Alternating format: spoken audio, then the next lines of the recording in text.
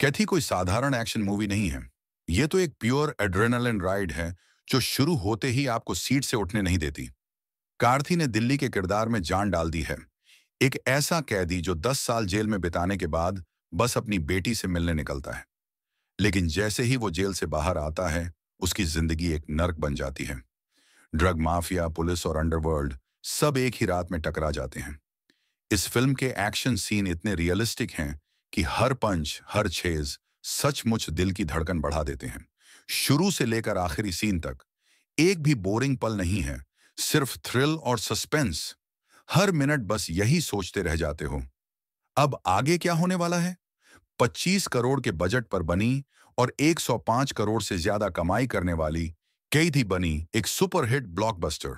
ये फिल्म साबित करती है कि गाने या रोमांस के बिना भी एक शानदार कहानी और दमदार एक्शन दर्शकों का दिल जीत सकते हैं। कैथी, एक रात, एक मिशन, एक बाप का प्यार और एक लेजेंड का जन्म। जय भीम सिर्फ एक फिल्म नहीं, एक सच्चाई की पुकार है।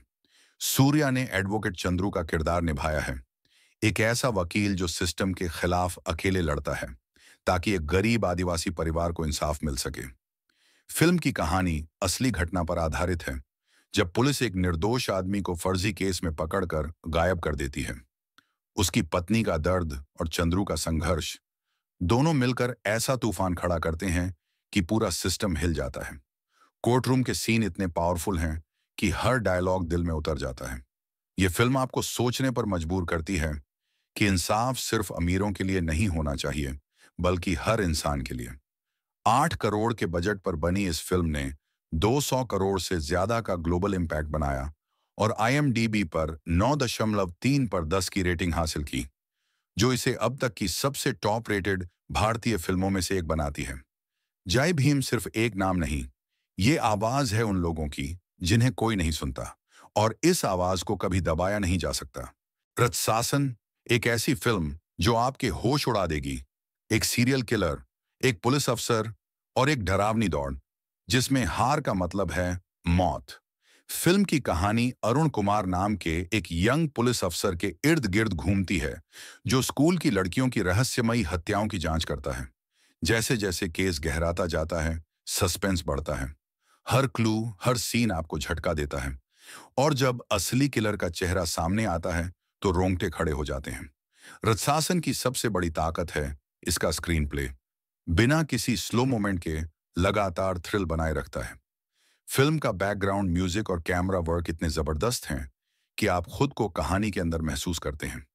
18 करोड़ के बजट पर बनी इस फिल्म ने बॉक्स ऑफिस पर करीब 100 करोड़ की कमाई की और IMDb पर 8.4/10 की रेटिंग हासिल की।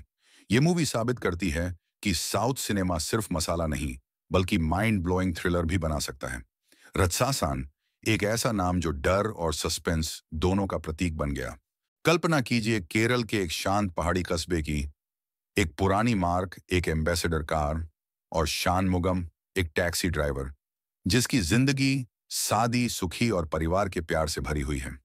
लेकिन जब उसकी सबसे कीमती चीज, उसकी कार, रहस्यमय परिस्थितियों में छीन ली जाती है, तो उसका पूरा जीवन बदल जाता है।